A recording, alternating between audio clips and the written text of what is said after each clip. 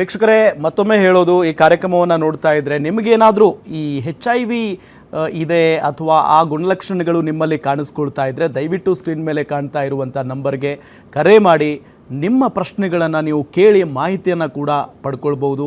ನಿಮ್ಮ ಹೆಸರನ್ನು ಹೇಳಬೇಕಾಗಿಲ್ಲ, ಜೊತೆಗೆ ನಿಮ್ಮ ಊರು, ನಿಮ್ಮ ವಿಳಾಸ ಹೇಳಬೇಕಾಗಿಲ್ಲ, ನೀವು ಡೈರೆಕ್ಟಾಗಿ ಕ್ವಶನ್ ಮಾಡಬಹುದು. ಸರ್, ನಾನು ಇನ್ನೊಂದು ಪ್ರಶ್ನೆ, ಸಾಕಷ್ಟು ಜನ ಈಗ ಈ ರೀತಿಯಾಗಿ HIV ಇರೋರು ಅವ್ರಿಗೆ ಗೊತ್ತಿರದೆ ಮದುವೆ ಆಗಿರ್ತಾರೆ, ಜೊತೆಗೆ ಆ ವ್ಯಕ್ತಿಗಿರುತ್ತೆ HIV, ಬಟ್ ಆ ಮಹಿಳೆಗೆ ಏನೂ ಗೊತ್ತಿರಲ್ಲ. ಬಟ್ ಅವರು ಈಗ ಲೈಂಗಿಕವಾಗಿ ಎಲ್ಲ ತೊಡಸ್ಕೊಂಡು ಮಗು ಆಗ್ತಾ ಇರುತ್ತೆ, ಗರ್ಭಧಾರಣೆ ಆಗಿರ್ತಾರೆ. ಸೊ ಆ ಮಗುಗೂ ಏನಾದರೂ ಅದು ತಗಲುತ್ತಾ? ತುಂಬ ಒಳ್ಳೆ ಕ್ವಶನ್ ಕೇಳಿದ್ರಿ. ಸೊ ಕರ್ನಾಟಕದಲ್ಲಿ ಸರಿಸುಮಾರು ಒಂದು ವರ್ಷಕ್ಕೆ 12 ಲಕ್ಷ ಪ್ರೆಗ್ನೆನ್ಸೀಸ್ ಆಗುತ್ತೆ. ಸೊ 12 ಲಕ್ಷ ಪ್ರೆಗ್ನೆನ್ಸೀಸಲ್ಲಿ ಸೊ ಒಂದು 1400ರಿಂದ 1500 ಅಷ್ಟು ಗರ್ಭಿಣಿಯರಲ್ಲಿ HIV ಸೋಂಕಿರ್ಬೋದು ಅಂತ ಒಂದು ಎಸ್ಟಿಮೇಷನ್. ಸೊ ಈ ಎಸ್ಟಿಮೇಷನ್ನಲ್ಲೇ ಈ 1400-500ಕ್ಕೆ ಕೇಸ್ಗಳಿಗೆ ಸೊ ನಾವೇನು ಇಂಟರ್ವೆನ್ಷನ್ಸ್ ಕೊಟ್ಟಿಲ್ಲ ಅಂದರೆ ಸೊ ಒಂದು 35ರಿಂದ 45% ಅಷ್ಟು ಪ್ರೆಗ್ನೆನ್ಸಿಯಲ್ಲಿ ಮಗುಗೆ ಬರೋ ಚಾನ್ಸಸ್ ಇರುತ್ತೆ.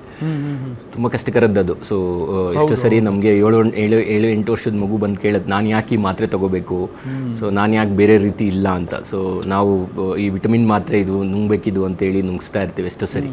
ಸೊ ಗೊತ್ತಿರಲ್ಲ ಅದು ಮಗುಗೆ ನನಗೆ HIV ಸೋಂಕಿದೆ ಅನ್ನೋಂಥದ್ದು. ಸೊ ಮೊದಲೆಲ್ಲ ಭಾಳ ಅದನ್ನು ಲಾಸ್ಟ್ ಒಂದು ಡಿಕೇಡ್ಸಲ್ಲಿ ಸೊ ಅದರದ್ದೇ ಕೇರ್ ಕೊಡೋ ಅಂಥ, ಅಂದರೆ ಈ ಥರ ಪಾಸಿಟಿವ್ ಇರೋಂಥ ಮಕ್ಕಳುಗಳಿಗೆ ಕೇರ್ ಕೊಡೋ ಅಂಥ ಸೆಂಟರ್ಸ್ ಇದ್ದು. ಇತ್ತೀಚೆಗೆ ನಾನು ಹೇಳ್ತಾ ಇದ್ದೆ 2021 ಆದಮೇಲೆ ಸೊ ನಮ್ಮದು ಮಂತ್ರ ಅಷ್ಟೇ, ಸೊ ವೈರಲ್ ಲೋಡ್ ಸಪ್ರೆಷನಿಗೆ ಬರಬೇಕು. ವೈರಲ್ ಲೋಡ್ ಸಪ್ರೆಷನಿಗೆ ಬಂತು ಅಂದರೆ ಈಗ ಇದ್ರದ್ದು ಟ್ರೀಟ್ಮೆಂಟ್ ತುಂಬ ಈಸಿ. ಸೊ ಅಂದರೆ ನಾನು ಮಾತ್ರೆ ತೊಗೊಳ್ತಾ ಇದ್ದೀನಿ, ಸೊ ನಾನು ಮಾತ್ರೆ ತೊಗೊಂಡಿರೋದ್ರಿಂದ ನಂದು ವೈರಸ್ ಪ್ರಮಾಣ ಕಡಿಮೆ ಆಯಿತು ಅಂದರೆ ಹರಡದ ಪ್ರಮಾಣನೂ ಕೂಡ ಕಡಿಮೆ ಆಗೋಗ್ಬಿಡುತ್ತೆ.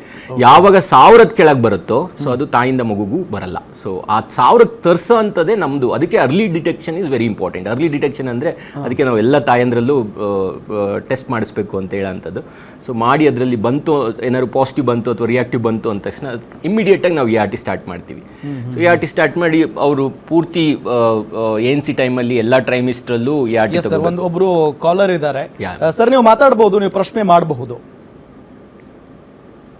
ಮೇಡಮ್ ಮಾತಾಡಬಹುದು ನೀವು.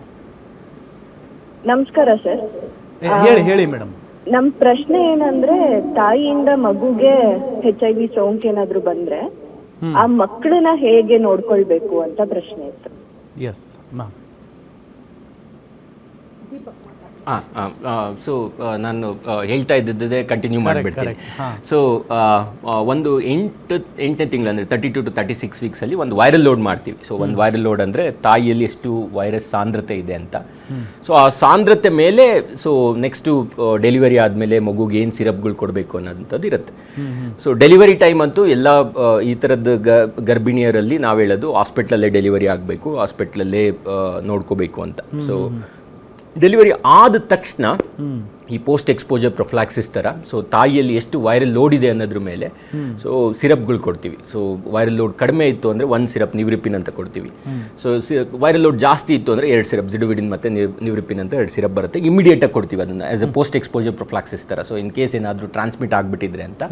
ಆ್ಯಂಡ್ ಅದನ್ನು 6 ವಾರ 12 ವಾರ ಕಂಟಿನ್ಯೂ ಮಾಡಿಸ್ತೀವಿ. So depending upon the viral load. So and ತುಂಬ ಮುಖ್ಯವಾಗಿ ನಾನಂತೂ ಇದು ಎಲ್ಲರಲ್ಲೂ ರಿಕ್ವೆಸ್ಟ್ ಮಾಡೋದು. ಸೊ ರಿಕ್ವೆಸ್ಟ್ ಅಂದರೆ ಇದು ನನ್ನ ಪರ್ಸ್ನಲ್ ಒಂದು ಅನುಭವದ ಮೇಲೆ ಹೇಳ್ತಾ ಇರೋಂಥದ್ದು. ಸೊ ಇಂಥ ಗರ್ಭಿಣಿಯವ್ರಿಗೆ ಎಲ್ಲರಿಗೂ ರಿಕ್ವೆಸ್ಟು, ಸೊ ಅಥವಾ ತಾಯಂದ್ರಿಗೆ ರಿಕ್ವೆಸ್ಟು, ಸೊ ಎದೆ ಹಾಲು ಬಿಟ್ಟು ನೀನು ಕೊಡಿಸ್ಬೇಡಿ ಅಂಥ ಮಕ್ಕಳುಗಳಲ್ಲಿ. ಸೊ ಯಾಕೆಂದರೆ ಎದೆ ಹಾಲು ಅಮೃತ. ಸೊ ಅದ್ರ ಒಳಗಡೆ ಬೇಕಾಗಿರೋವಂಥದ್ದು ತುಂಬ ಇರುತ್ತೆ ಮಗುಗೆ ಹೋಗ್ಬೇಕಾಗಿರೋಂಥದ್ದು, ಎಸ್ಪೆಷಲಿ ಕೊಲೆಸ್ಟ್ರಮ್ ಅಂತ ಕರಿತೀವಿ, ಫಸ್ಟ್ ಬರೋವಂಥ ಹಾಲು. ಸೊ ಅದು ತುಂಬ ಇಂಪಾರ್ಟೆಂಟ್. ಸೊ ಹಾಗಾಗಿ ಎಲ್ಲ ತಾಯಂದ್ರಿಗೂ ನಾವು ಹೇಳ್ತೀವಿ, ನೀವು ಎದೆ ಹಾಲು ಕೊಡಿಸವ, ನೀನು ತಲೆ ಕೆಡಿಸ್ಕೋಬೇಡ, ಎದೆ ಹಾಲು ಕೊಡಿಸು ಅಂತ. ಸೊ ಎದೆ ಹಾಲು ಕೊಡಿಸ್ಬೇಕು. ಸೊ ಅದ್ರ ಜೊತೆಗೆ ನಮ್ಮ ಸಿರಪ್ಗಳು ಕೊಡಬೇಕು. ಆ್ಯಂಡ್ ನಿಯಮಿತವಾಗಿ ಟೆಸ್ಟ್ಗಳಿರುತ್ತೆ ಮಗುಗೆ. ಸೊ ಅಂದರೆ 6 ವಾರ. ಹೌದು, ಎದೆ ಹಾಲು ಕುಡಿಸೋದು ಓಕೆ, ಬಟ್ ಅಮ್ಮನಿಗೇನೆ ಆ ಸೋಂಕಿದ್ದು ಎದೆ ಹಾಲು ಕುಡಿಸಿದ್ರೆ ಮಗುಗೆ ಬರಲ್ವಾ? ಅಂದರೆ ನಾನು ಈ ಬ್ಲಡ್ಡಲ್ಲಿ ಸೊ ಲೆಸ್ ದೆನ್ 1000 ಕಾಪೀಸ್ ಬಂದು ಹೋಗ್ಬಿಡುತ್ತೆ. ಬ್ಲಡ್ಡಲ್ಲೇ ಅಷ್ಟು ಕಡಿಮೆ ಆಗ್ತಾ ಇದೆ ಅಂದರೆ ಎದೆ ಹಾಲಲ್ಲಿ ಇರ್ಲಿಕ್ಕೆ ಇಲ್ಲ, ಬರೋದೇ ಇಲ್ಲ ಅದು. ಸೊ ಆದರೆ ನಾವು ಎದೆ ಹಾಲು ಬಿಟ್ಬಿಟ್ಟು ಈಗ ಆಗ ಅಂಥದ್ದು ನಮ್ಮದ್ರಲ್ಲಿ ಮಿಕ್ಸ್ಡ್ ಫೀಡಿಂಗ್ ಅಂತ ಎಷ್ಟೋ ಸರಿ ನಮ್ಮ ಪಿಡಿಯಾಟ್ರಿಷಿಯನ್ ಸ್ಟಾರ್ಟ್ ಮಾಡಿಬಿಡ್ತಾರೆ. ನೋಡಿದ್ದು ಭಾಳಷ್ಟು ಕೇಸಸಲ್ಲಿ ಹುಟ್ಟಿದ್ದ 6 ವಾರಕ್ಕೆ ನಾವು ಟೆಸ್ಟ್ ಮಾಡ್ತೀವಿ, ಆಮೇಲೆ 6 ತಿಂಗಳಿಗೆ, ಆಮೇಲೆ 12 ತಿಂಗಳಿಗೆ 18 ತಿಂಗಳಿಗೆ. ಸೊ 6 ವಾರದಲ್ಲಿ ಟೆಸ್ಟ್ ಮಾಡಿದಾಗ ಇರಲ್ಲ, 6 ತಿಂಗಳಿಗೆ ಟೆಸ್ಟ್ ಮಾಡಿದಾಗ ಇರಲ್ಲ. ಆದರೆ 12 ತಿಂಗಳಿಗೆ ಮಾಡೋಷ್ಟರಲ್ಲೇ ಮಗುಗೆ ಬಂದ್ಬಿಟ್ಟಿರುತ್ತೆ. ಇದಕ್ಕೆ ಕಾರಣ ತಾಯಿ ಸರಿಯಾದ ರೀತಿಯಲ್ಲಿ ತನ್ನ ಮೆಡಿಕೇಶನ್ ತಗೊಳ್ಳದೇ ಇರ್ಬೋದು, ವೈರಲ್ ಸಪ್ರೆಷನ್ ಕಮ್ಮಿ ಆಗಿ ಹೋಗಿರ್ಬೋದು, ಅದೊಂದು ಕಾರಣ. ಇಲ್ಲ ಅಂದರೆ ಎದೆ ಹಾಲು ಬಿಟ್ಟು ಬೇರೆ ಏನೋ ಬೇರೆ ಹಾಲೇನೋ ಹಾಕಿರ್ಬೋದು. ಆ 2 ಕಾರಣದಿಂದ ಮಗುಗೆ ಬರೋ ಚಾನ್ಸಸ್ ಹೆಚ್ಚಿರುತ್ತೆ.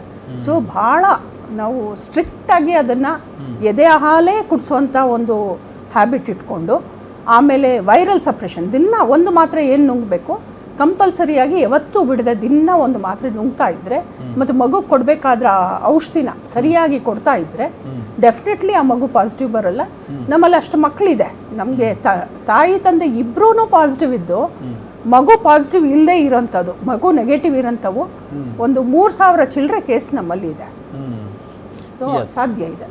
ಎಸ್ ಮ್ಯಾಮ್, ಇನ್ನೊಬ್ರು ಏನಾದರೂ ಬಿಟ್ಟು ಹೋದರೆ ಒಂದು ಮಿಕ್ಸ್ಡ್ ಫೀಡಿಂಗ್ ಒಂದು ಅಂದ್ರೆ ಏನಾಗೋಗ್ಬಿಡುತ್ತೆ, ಈಗ ಇದು ಫಾರ್ಮುಲಾ ಫೀಡ್ ಸ್ಟಾರ್ಟ್ ಮಾಡಿಬಿಡ್ತಾರೆ ಅನ್ಕೊಳ್ಳಿ, ಬೆಳಗ್ಗೆ ಹೊತ್ತು ಕೊಟ್ಬಿಡ್ತಾರೆ. ಸೊ ರಾತ್ರಿ ಹೊತ್ತು ಆ ಎನರ್ಜಿ ನಮ್ಮ ತಾಯಂದ್ರರು ಇರಲ್ಲ, ಅವ್ರು ಏನ್ ಮಾಡ್ಬಿಡ್ತಾರೆ ಎದೆ ಕಚ್ಚಿಸ್ಬಿಡ್ತಾರೆ. ಸೊ ಆಯ್ತು ಅಂದ್ರೆ ಮಿಕ್ಸ್ ಫೀಡಿಂಗ್ ಆಗೋಗ್ಬಿಡುತ್ತೆ. ಆ ಟೈಮ್ಗಳಲ್ಲಿ ಈ ವೈರಸ್ ಇನ್ ಕೇಸ್ ಸ್ವಲ್ಪ ಅಮೌಂಟ್ ಏನಾದ್ರು ಬ್ರೆಸ್ಟ್ ಮಿಲ್ಕ್ ಅಲ್ಲಿ ಇದ್ರು ಟ್ರಾನ್ಸ್ಮಿಷನ್ ರಿಸ್ಕ್ ಜಾಸ್ತಿ ಆ ಥರದ್ರಲ್ಲಿ ಮಿಕ್ಸ್ಡ್ ಫೀಡಿಂಗ್ಸ್ ಇದ್ದಾಗ.